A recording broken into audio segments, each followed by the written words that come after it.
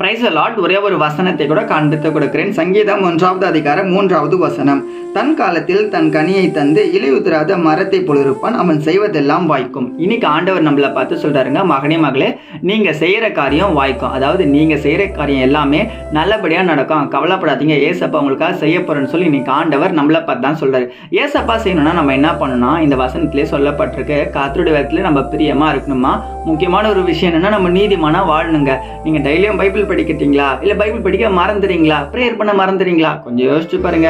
வேலை இருக்கு, ஃப்ரெண்ட்ஸ் இருக்கு, ஸ்கூலுக்கு போனோம், காலேஜ் போனோம், நிறைய ஒர்க் இருக்குப்பா, மறந்துட்டேன்ப்பா, இருக்கட்டும்ப்பா. ஆனா நீ நீதிமானா வாழ்ந்தாதான் ஏசப்பா சொல்றாரு, மகனே மகனே, நீ செய்யற காரியங்கள்லாம் வாய்க்கும்ட்டு. நீதிமானா வாழ்றதுக்கு என்ன பண்ணணும்? நீ பைபிள் படிச்சு அதுல இருக்கிற வசனத்தின்படி வாழ்க்கையை வாழ்றது நீ ஒப்பு கொடுத்தாதான் முதல்ல நீ நீதிமானா வாழ முடியும். ஏசப்பா சொல்றாரு புதிய ஏற்பாட்டுல, ஏசப்பாவை ஏற்றுக்கொள்ற எல்லா பிள்ளைகளுமே நீதிமான்கள் தான். அப்ப ஏசப்பாவை ஏத்துக்கிட்ட பிறகு நான் உலக காரியங்கள்ல தான் இருப்பேன் அப்படின்னா, நீ செய்யற காரியம் மகனே